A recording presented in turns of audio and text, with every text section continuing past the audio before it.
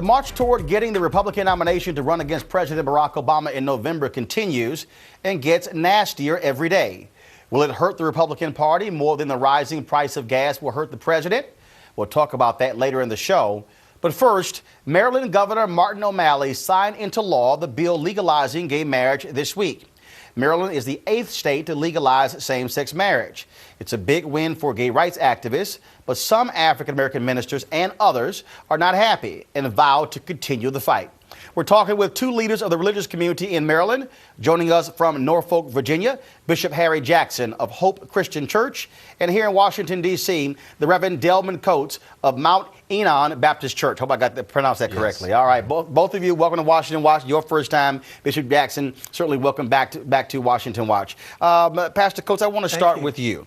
And you stood with Governor O'Malley on this because you said it is a fundamental issue in terms of equal rights, correct? Absolutely. I've been able to support the Civil Marriage Protection Act because I fundamentally believe in the separation of church and state. One of the things that I believe makes our country great is that we have found a way to protect religious freedom, that individuals and local institutions have the right to practice whatever religion they desire, but they don't have the right to impose their theology on others as a matter of public policy.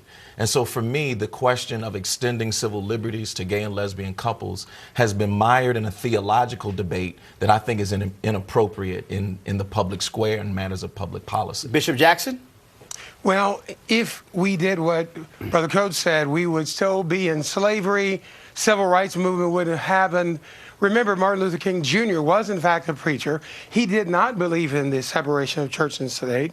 He preached with the Bible in one hand, or in secular events, he lifted up the Constitution. So our history as African Americans would dictate that we be engaged.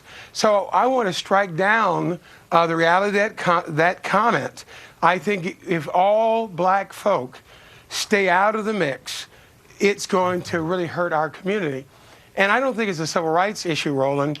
I think once you redefine marriage, you have to redefine the family.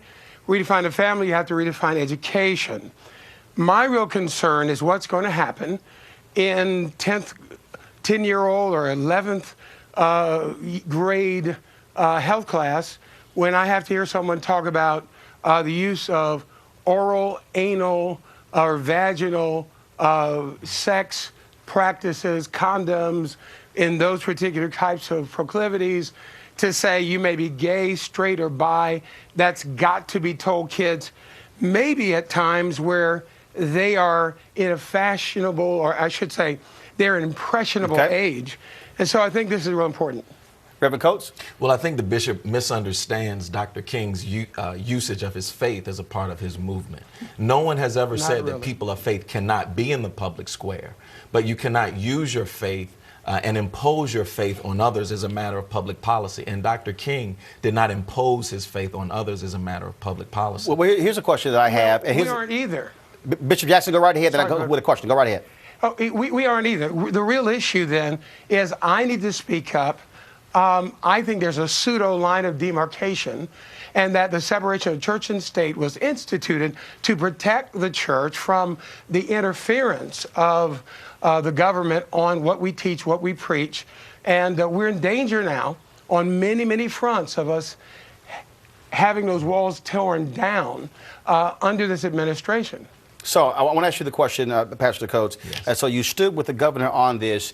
Are you also saying that you would actually conduct same-sex marriages? Or are you saying that you're not going to put your theology in terms of that mandate on the rest of the state? Right. Well, as I testified before the Joint Committee of the Maryland State House, our church's understanding of marriage is that matrimony is between a man and a woman.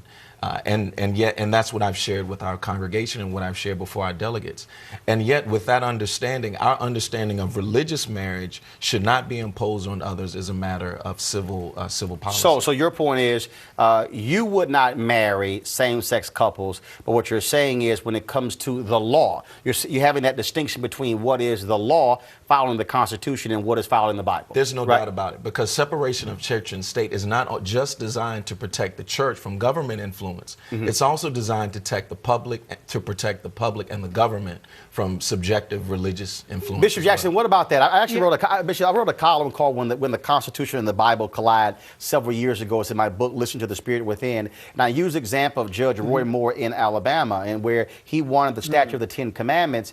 And what I wrote is that look, you can be a Christian, but when you are a judge, you are sworn to uphold and protect the Constitution. And as I said, so there are going to be those moments when the Constitution might collide with your biblical beliefs. And so, what about that point that Pastor Coates made, that there's a distinction between what is constitutional and then what is biblical? Yeah.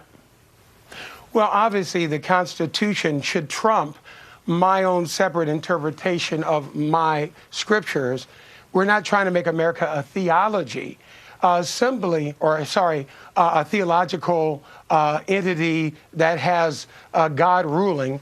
But I think the real issue is, do we have the freedom to express our opinion from a faith perspective?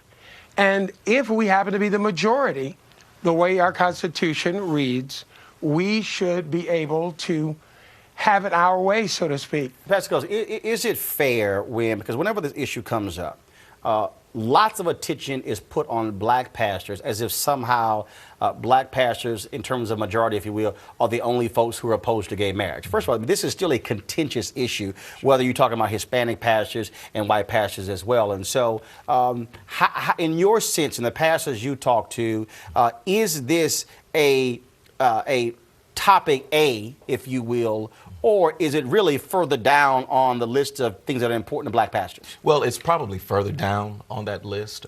There are many other issues that black pastors and people in the black community are concerned about. Housing, jobs, quality of life issues that many people are concerned about. And yet, even though it may not be the priority issue, I think it's the responsibility of every majority in any democracy to protect the rights of the minority. And right now in Maryland, this issue, there's going to be a movement to take this to public referendum. I think that matters of human rights and constitutionality should not be submitted to public referendum. All right, Pastor Coates, Bishop Jackson, we certainly appreciate it. Thank you very much.